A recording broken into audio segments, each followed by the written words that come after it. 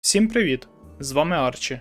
Сьогодні ми з вами спостерігатимемо за 16-річним графом Маліком з дому Джудур, який у 867 році мешкав на Іберійському півострові, землі, де панують заворушення, що беруть початок у її бурхливому минулому. Чужинці зазіхають на його території, а великі мусульманські християнські держави намагаються перетягнути місцеве населення на свій бік.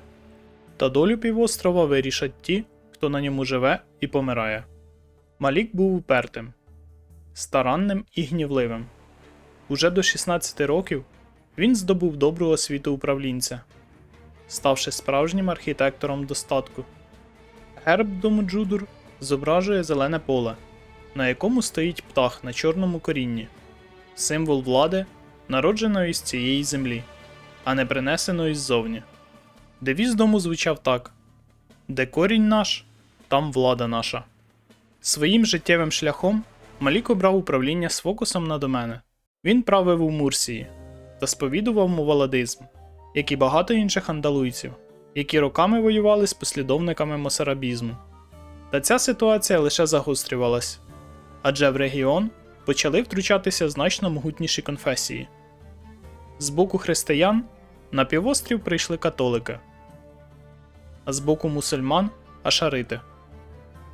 Вони діяли під гаслами допомоги одновірцям, але Малік чудово розумів, що їхньою справжньою метою є поглинення місцевих держав, заселення цих земель власними народами та навернення решти до своєї віри. Перед Маліком постало серйозне випробування – вберегти свій народ і свою віру, зупинити як християн, так і ашаритів, що прийшли на його землю. І, можливо, навіть остаточно покласти край війні в Іберії. Він був останнім живим членом династії Джудур після незліченних воєн у регіоні. Та попри це, Малік дав собі обітницю: «Я не відмовлюся від свого бачення батьківщини. Бачить Аллах, дім Джудур витримає удари долі, і моя воля здійсниться». Усі мусульмани півострова формально були об'єднані під владою могутнього ашаритського султана Мухаммада з дому Омейядів, який привів машриків на війну з християнами. У будь-який момент він міг позбавити такого графа, як Малік, усіх титулів і навіть життя. Достатньо було лише клацнути пальцями. І це вже не кажучи про сильних християнських правителів по сусідству, з якими безперервно кипіла війна. Тож, першим кроком для Маліка стало розширення власної влади, укладання міцних союзів і відродження династії Джудур. Його конфесія дозволяла мати 4 дружин. Малік уклав союз з асатарійським графом Олафом, який також воював з християнами, заручившись із його донькою Інгеб'єрг.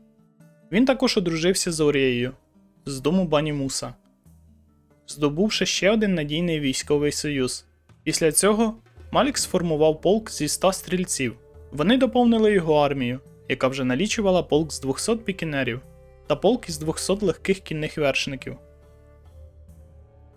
Емір Мухаммад з дому Кайсід, що був сюзереном Маліка, запропонував йому посаду канцлера у своїй раді. Малік погодився, хоча й не розумів, чому йому не дісталася посада керуючого. Адже його навички управління були значно кращими, ніж у шейха Аль-Фадла II. Втім, це мало його хвилювало, адже в найближчі роки Малік планував стати герцогом, заснувавши Велику Мурсію, та вийти з-під влади еміра, ставши прямим васалом султана. Через іберійську боротьбу, яка на той момент перебувала у стадії можливостей, Маліку не потрібно було формувати претензії на титули. Достатньо було оголосити конфлікт будь-якому сусідньому правителю.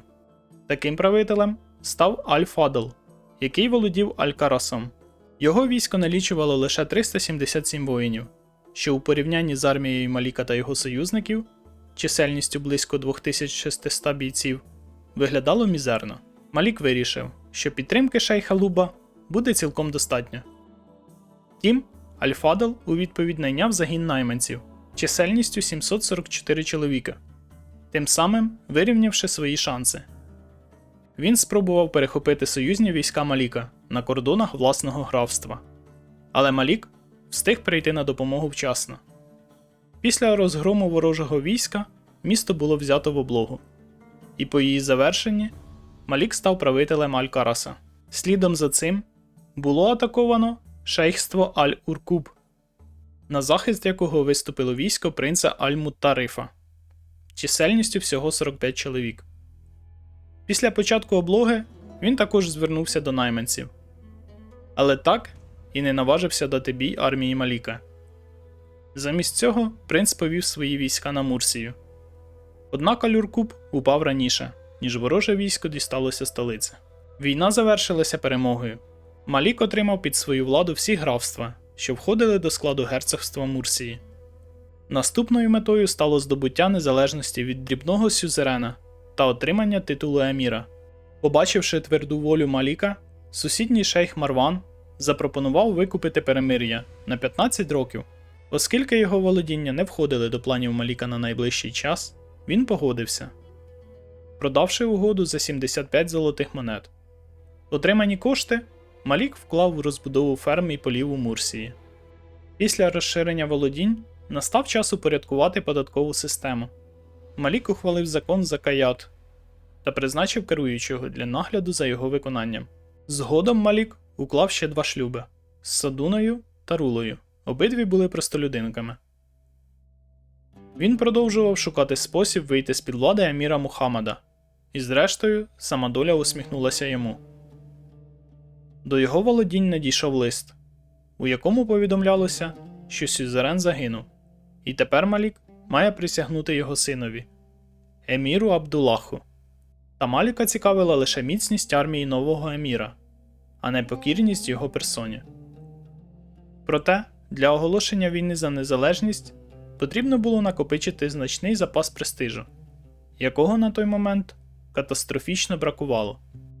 Малік вирушив на полювання, у прагненні вполювати великого звіра та роздобути славу і цінні трофеї. Та нічого цінного вполювати так і не вдалося. Його дружина Рула вполювала зайців, ногу якого вони взяли за трофей. Та потім його дружина Рула отримала рани від ведмедя. Терміново повернувшись додому без слави та трофею, Малік дізнався новини. Султан Мухаммад загинув, і велика мусульманська держава була розділена між його синами на султанат Хенхір та султанат Аль-Андалус. Його дружина Рула згодом померла від отриманих ран. Малік уклав новий шлюб з Гайзуран і провів похорони Рули, поховавши разом з нею здобутий трофей з полювання. По завершенню поховання за всіма звичаями Малік отримав як престиж, так і благочестя. Згодом збирач податків повідомив, що у володінні Вента дель Моро місцевий мер не сплачує податки в повному обсязі. Та мер користувався любов'ю народу, і його арешт міг викликати невдоволення. Малік відповів без вагань, жодних винятків. Він наказав уночі відправити людей до маєтку мера Раїса, конфіскувати золото, а самого мера розіп'яти, як показовий приклад для інших. Вилучені кошти було вкладено у розбудову ферм і полів Мурсії. Настав час розпочинати боротьбу за незалежність від еміра та здобути герцогський титул. На той момент у Маліка зберігався союз із графом Олафом, тоді як у еміра Абдаллаха союзників не було зовсім. Проте, щоб убезпечити себе перед оголошенням війни, Малік уклав ще один союз через шлюб своєї доньки Ранди з еміром Аль-Атиром з Африки, який міг виставити до 3000 воїнів. Покликавши його військо на допомогу, Малік зібрав власну армію, за якою одразу ж рушив емір Абдаллах. Розпочалася погоня.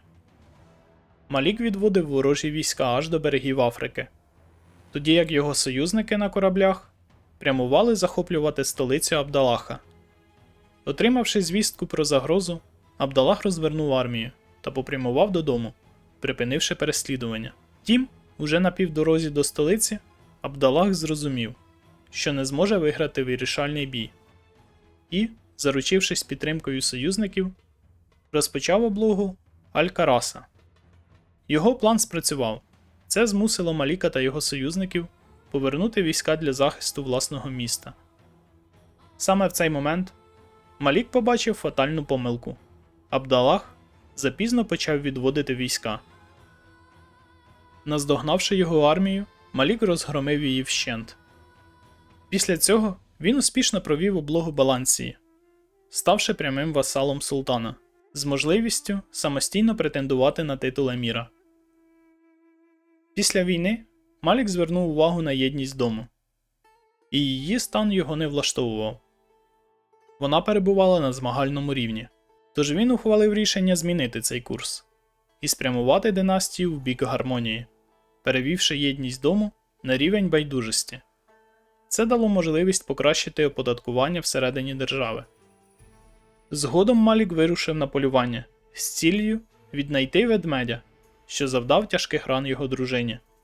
І це полювання було успішним. Він відтяв лапу ведмедя, зробивши її своїм трофеєм. Досягнувши значних успіхів у навичках управління, Малік почав розглядати можливість заявити претензії на титул свого сюзерена – Султанат Аль-Андалус. Та шанси на успіх були мізерними, як і секретність цього плану. Аль-Мундир мав надто широку підтримку всередині держави. І у випадку провалу Малік не мав би достатньо сил, щоб вистояти перед гнівом сюзерена. Тож від цієї ідеї він був змушений відмовитися. Хоч Малік і мав сильного союзника в особі Великого Емірату Амбія, яким правив Амір, ситуація складалася не на його користь. Амір на той момент вів війну в Африці, і Малік був змушений прийти йому на допомогу, попри значні витрати цієї військової кампанії. Він не міг дозволити собі втратити такого союзника у настільки критичний момент. Малік вирушив до столиці союзника, де концентрувалися ворожі війська.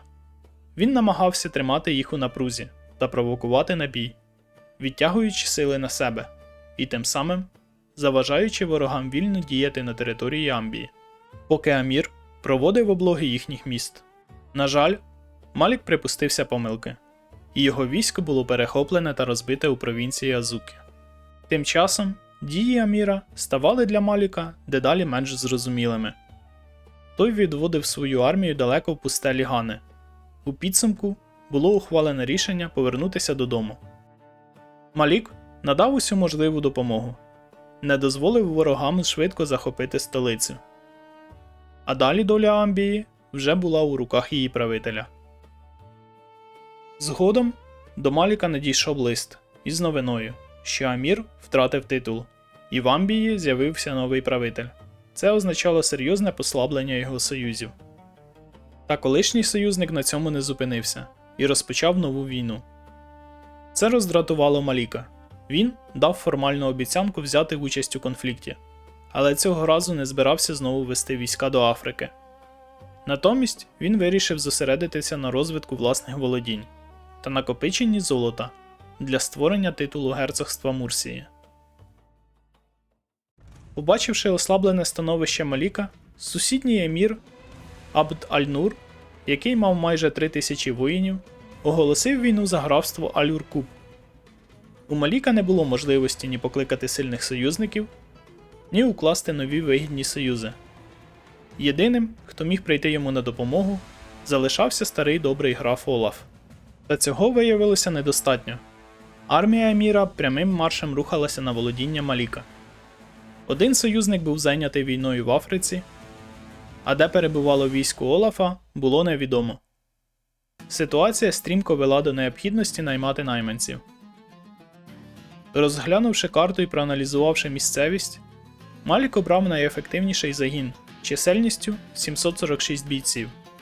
Це було хоч щось. Тепер його армія налічувала близько 1700 воїнів, а ватажок найманців виявився досвідченим і вправним командиром.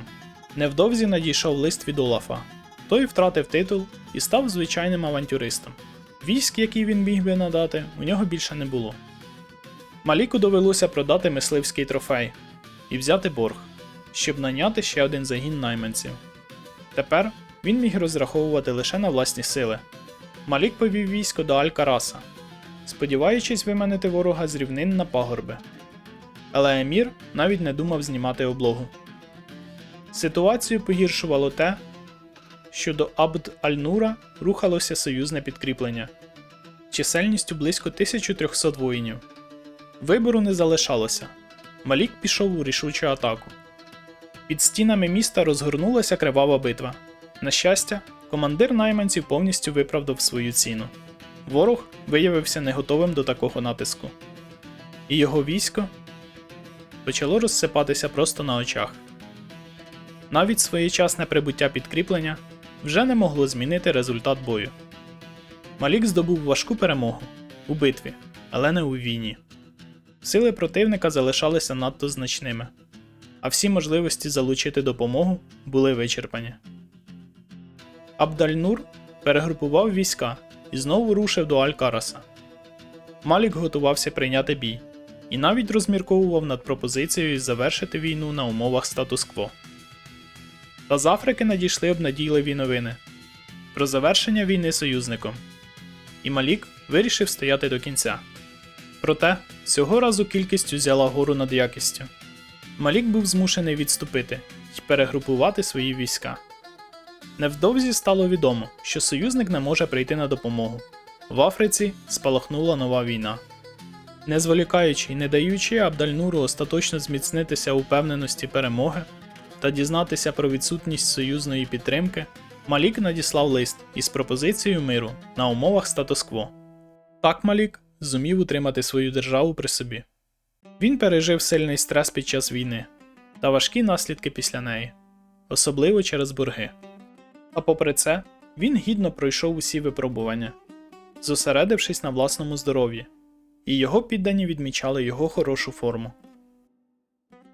Коштів для створення титула еміра все ще бракувало, але з боргів з часом вдалося вибратися. Престижу ж було достатньо, щоб розпочати конфлікт із колишнім сюзереном за значні прикордонні території. Поки контракти з найманцями залишалися чинними, потрібно було діяти швидко. Війна виявилася короткою. Найманці допомогли виграти першу битву, після чого покинули Маліка. Та цього вистачило, аби довести конфлікт до кінця і витримати облогу столиці. Для підстраховки Малік запросив підтримку Сулеймана, який нещодавно одружився з його донькою. Після війни він став володарем ще 3 великих міст.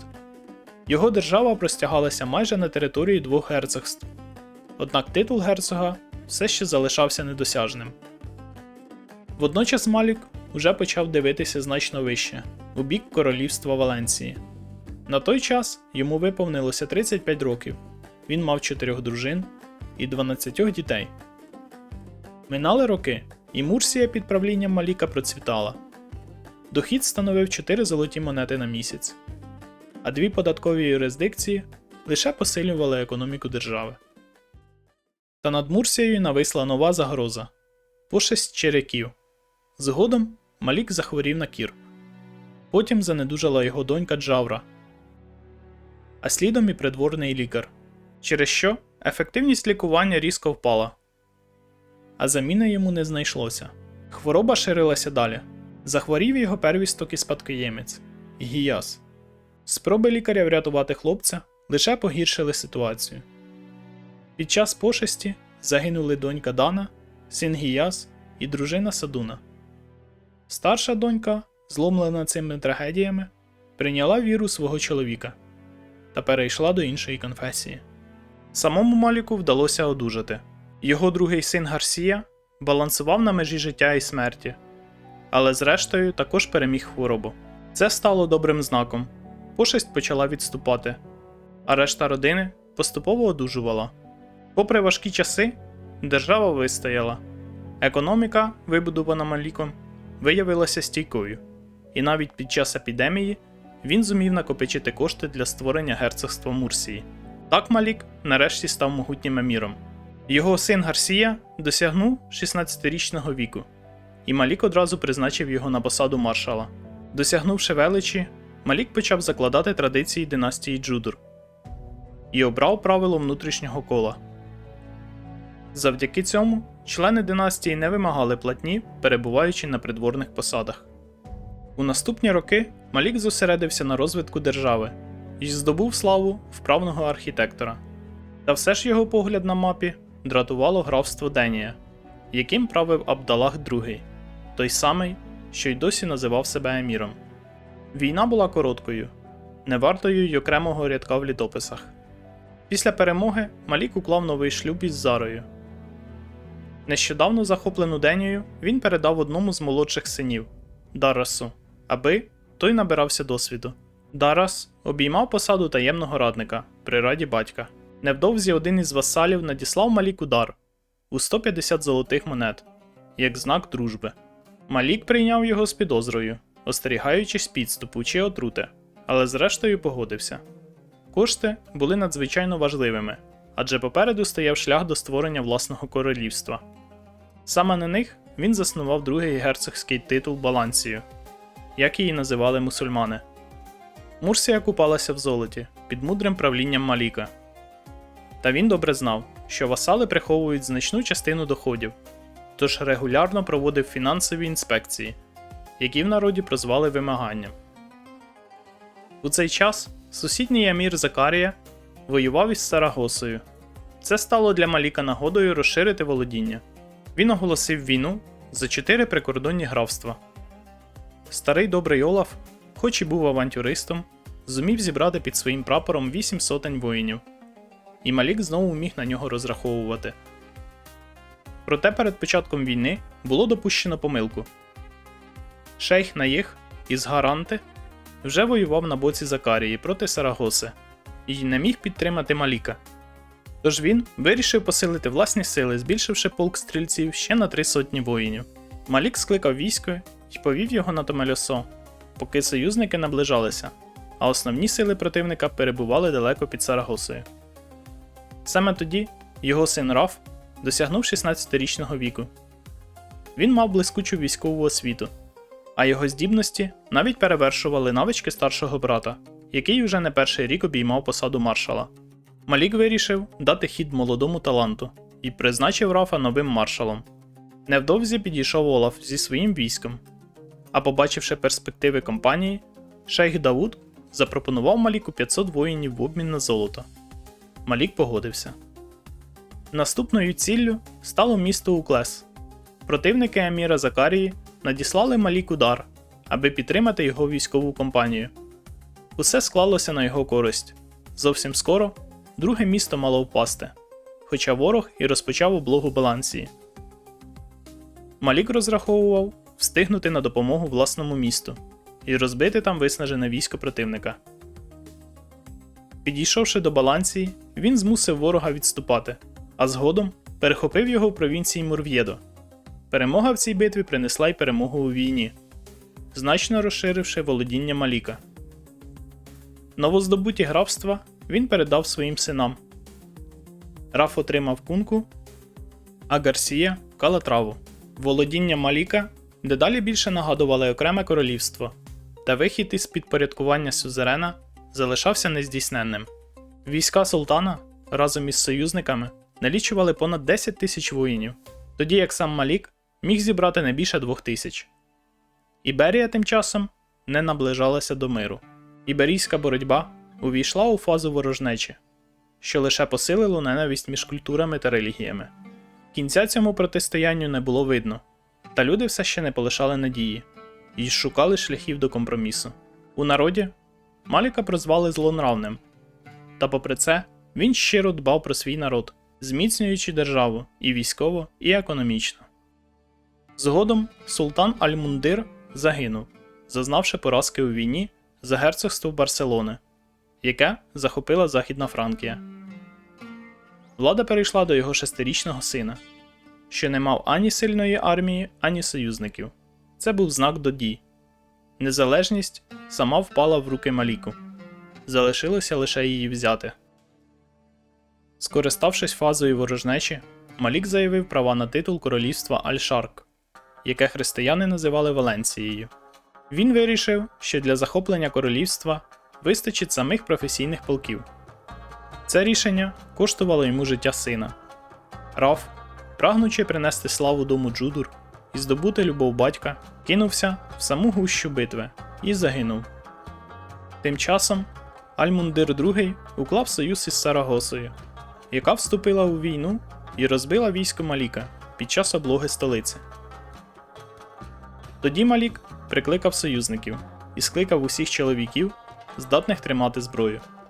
Зібравши нове військо, він повів його на захист Теруеля, де в запеклій битві розгромив сили Сарагоси. Малік вдруге рушив на столицю, і цього разу Саракуста впала. Залишалося лише добити рештки ворожих військ і взяти під контроль ще хоча б одне місто. З цим завданням армія Маліка впевнено справлялася, та війною скористалися племена з Канарських островів. Вони висадилися на берегах Мурсії і почали грабувати місто за містом, і Малік нічого не міг з цим вдіяти. Нарешті війна за королівство завершилась, та разом із королівським титулом Малік отримав і нову війну. Він був не єдиним, хто зазіхав на землі королівства Аль-Шарк. Це стало тяжким випробуванням. Війська були повністю виснажені, а серед союзників залишався лише шейх Сулейман із Гарнати. У розпорядженні Маліка було близько 2000 зморених воїнів, які мали об'єднатися з майже 1000 союзників, аби вистояти проти армії чисельністю майже 5000. Проте вороги зрозуміли цей план. Військо Сулеймана було вщент розбите біля кордонів Аль-Шарку. Малік, намагаючись хоч якось урятувати становище, спробував деокупувати графство Уклес. Та ці спроби виявилися марними. Війська еміра Закарії вже рушили на нього, і довелося відступати. Малік звернувся до васалів із вимогою підтримати корону золотом, щоб зберегти королівство. Так, йому вдалося зібрати 300 золотих монет. Додавши до цього борг у 165 золотих монет, він найняв загін найманців, чисельністю 1500 воїнів. Колись вони вже рятували його, тож чому б не спробувати знову, думав Малік, вирушаючи в рішучу атаку. Та цього разу удача відвернулася. Найманці не мали досвідченого командира. Бій було програно, а разом із ним і війну. Графство Уклес було втрачено. Попри цю поразку, Малік став королем. Ніхто й уявити не міг, що Малік з дому Джудур зійде на трон Малікату Аль-Шарк, здобуде королівський титул і увійде в історію як король Малік з дому Джудур. Щоб потішити народ і закріпити свою владу, він віддав наказ викувати корону, гідну його голови, та почав готуватися до коронації Маліка Маліка. На цей час йому виповнилося 53 роки. Дружини подарували йому 15 дітей, однак династія Джудур пережила чимало трагедій. Маліку довелося власноруч ховати дружин, синів і доньку. Він став незалежним правителем і межував із могутньою християнською Західною Франкією та 2 ашеритськими державами. Неподалік також знаходилося герцогство Майорка, де сповідували мосарабізм. Ці землі мали увійти до складу його королівства. І хоча там панувала християнська конфесія, Малік обрав шлях дипломатії. Він запропонував добровільне приєднання в обмін на м'які феодальні зобов'язання. І герцог Філебус погодився, ставши васалом Маліка. Правитель султанату Аль-Андалус Нури Одноокий перебував у великих боргах і мав лише одного союзника. Це була слушна нагода заволодіти його землями. Проте спершу Малік вирішив узяти землі королівства Навара, які, здавалося, самі просилися до його рук. І він не помилився, опір був мінімальним. Після битви під столицею та взяття міста війну було завершено. Додатковим трофеєм стала християнська реліквія – цвях Христа Господнього, захоплений у столиці Навари. До цього часу корону було викувано, і настав момент коронації, щоб остаточно закріпити свою владу. Під час церемонії Малік дав обітницю здійснити велике будівництво задля збереження незалежності та добробуту андалусійців, що сповідували муваладизм. Невдовзі Малік звернувся з вимогою до еміра Філебуса щодо сплати податків. Отримавши 400 золотих монет, він вирішив провести повноцінний податковий тур королівством, щоб зібрати кошти для виконання обітниці, яку він дав на коронації. Під час подорожі його наздогнав гінець зі страшною звісткою. Дружина та новонароджена донька загинули під час пологів. Маліка охопило глибоке горе, і єдиною, хто міг його втішити, була леді Сакан, яка супроводжувала його під час туру. Згодом він взяв її за дружину. Сам тур виявився надзвичайно успішним. Малік відвідав володіння синів і васалів, збирав значні податкові надходження та паралельно розбудовував економічні споруди по всій державі Аль-Шарк.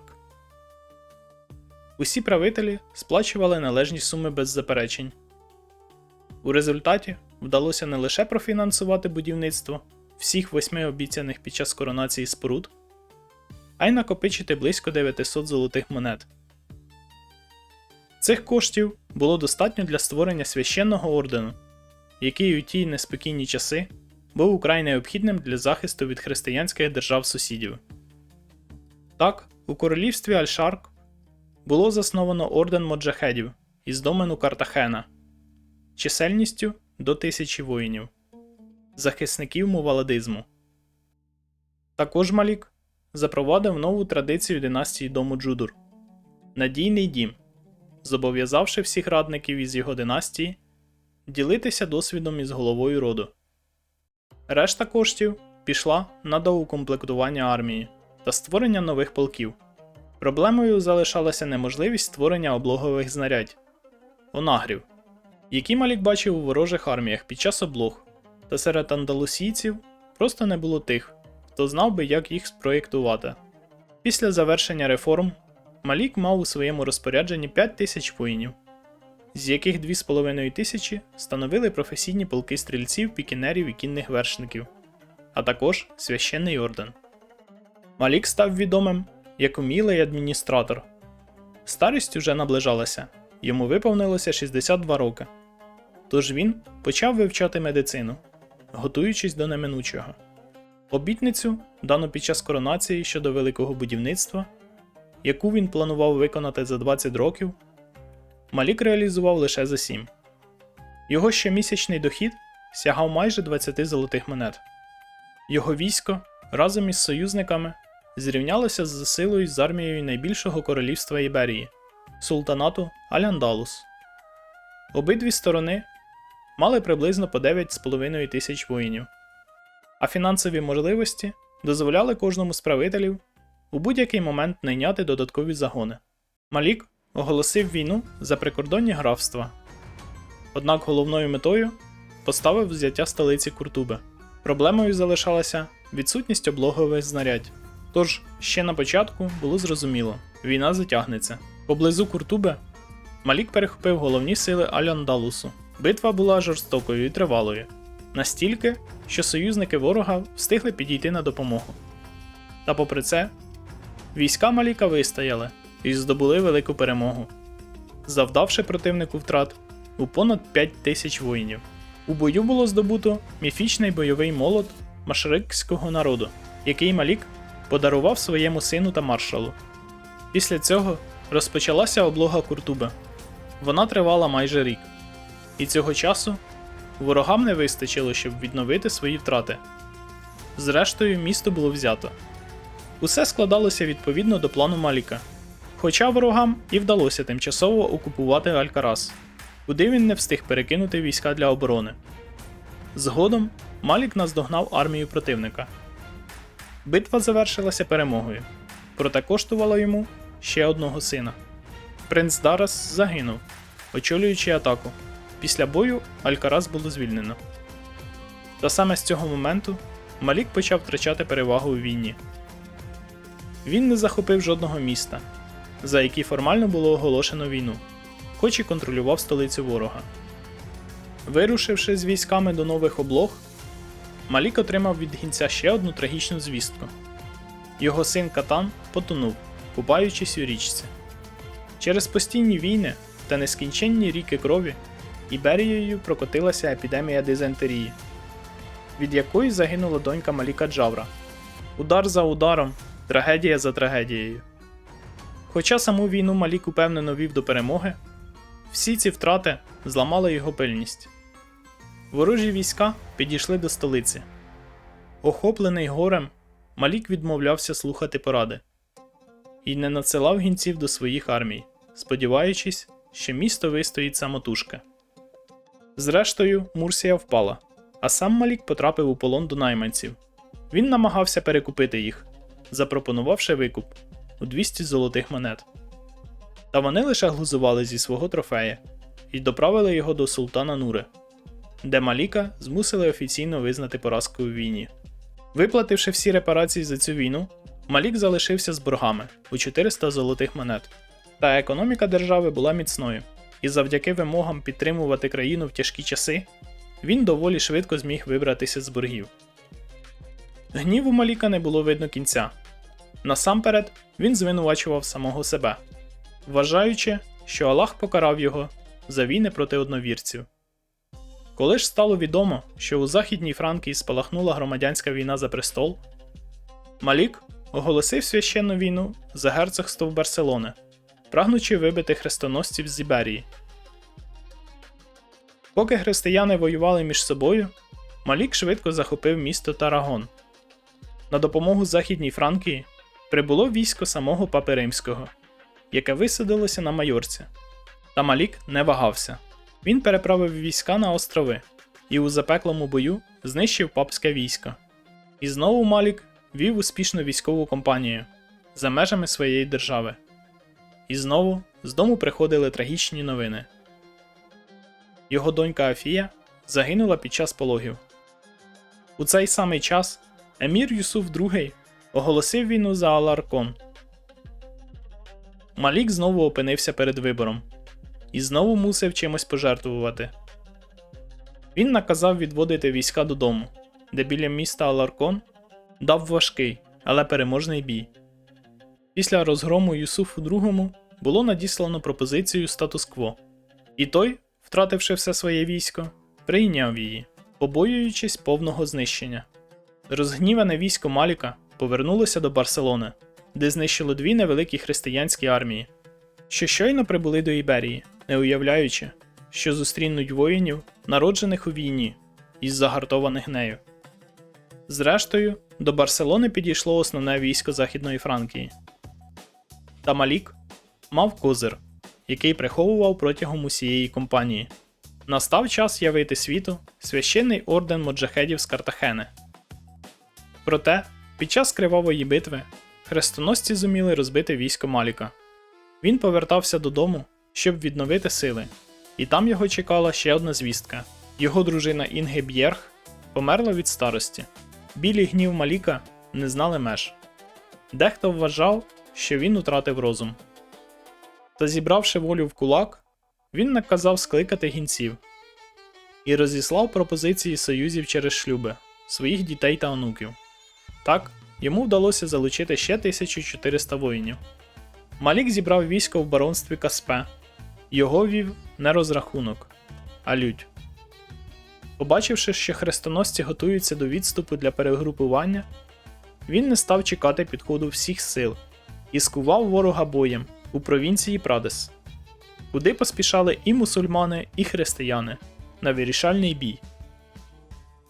У цій різанині війська Маліка взяли гору і розпочали облогу решти міст герцогства Барселони. Війська Західної Франкії повернулися, але після пережитого не наважилися вступати в бій і рушили повз армію Маліка вглиб Аль-Шарку. Та Малік не звертав на них уваги. Він завершив облоги і повів війська до герцогства Сарагоси, де християни намагалися захопити одне з міст.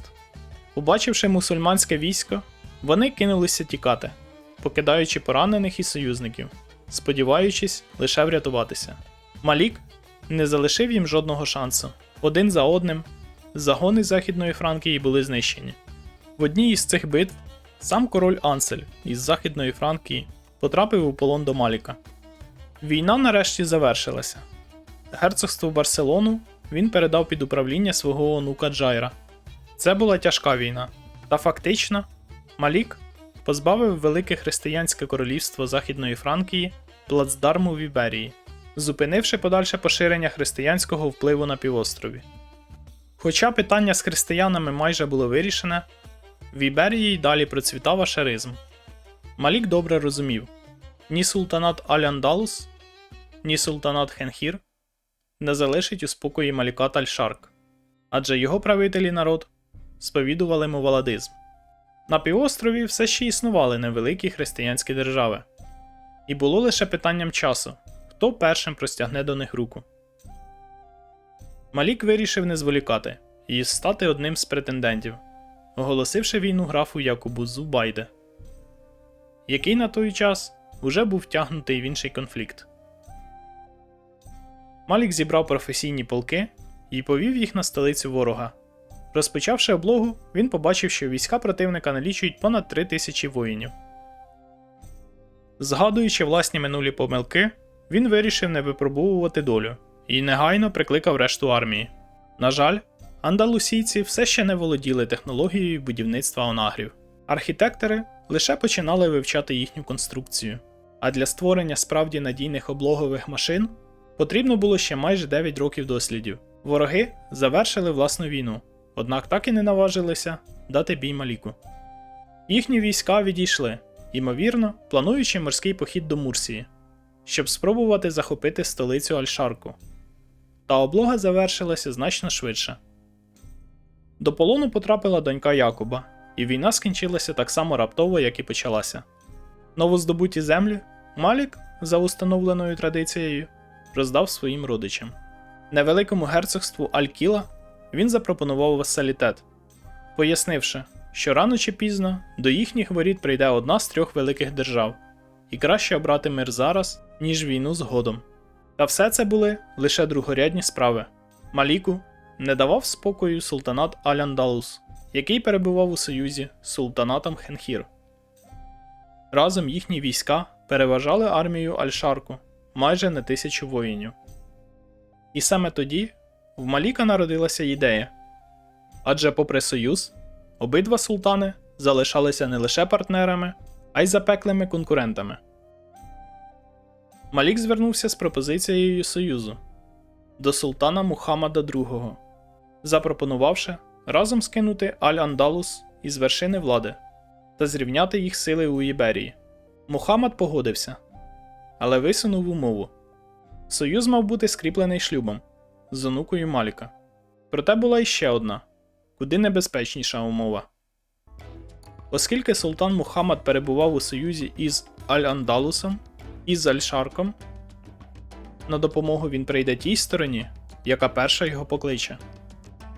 Малік із незадоволенням кивнув, приймаючи ці правила гри. Він розумів, що цей похід може стати для нього останнім, а для початку Великої війни потрібен був престиж, якого не здобувають у тиші. Тож Малік вирішив скликати грандіозний бенкет, запросивши найвпливовіших людей з усієї Іберії. Але вочевидь, хтось доніс султану Нури про його наміри. Не чекаючи, Нури вирішив діяти першим і оголосив війну Малікату Аль-Шарк. Тепер усе залежало від швидкості гінців, що мчали з Аль-Андалуса і Аль-Шарку до двору Мухаммада II. І саме тут Малік здобув вирішальну перевагу. Передбачивши такий розвиток подій, він заздалегідь залишив при дворі Мухаммада свого гінця з 2 листами. Один на випадок, якщо війну оголосить сам Малік, інший, якщо першим вдарить султан Нури. Поки гінець з Аль-Андалуса лише починав свій шлях до Хенхіру, султан Мухаммад II уже збирав війська для походу проти Нури. Здавалося, що тепер усе складається на користь Маліка. І саме тому ціль війни для нього стала шоком. Аль-Андалус оголосив війну лише за невелике герцогство. Поки війська союзників наближалися, 2 головні армії вже зійшлися у кривавій битві при Андухарі на кордонах Малікату Аль-Шарк. Військо Маліка зазнавало втрат. Солдати Аль-Андалуса були значно досвідченішими, навіть попри талант сина Маліка, як полководця.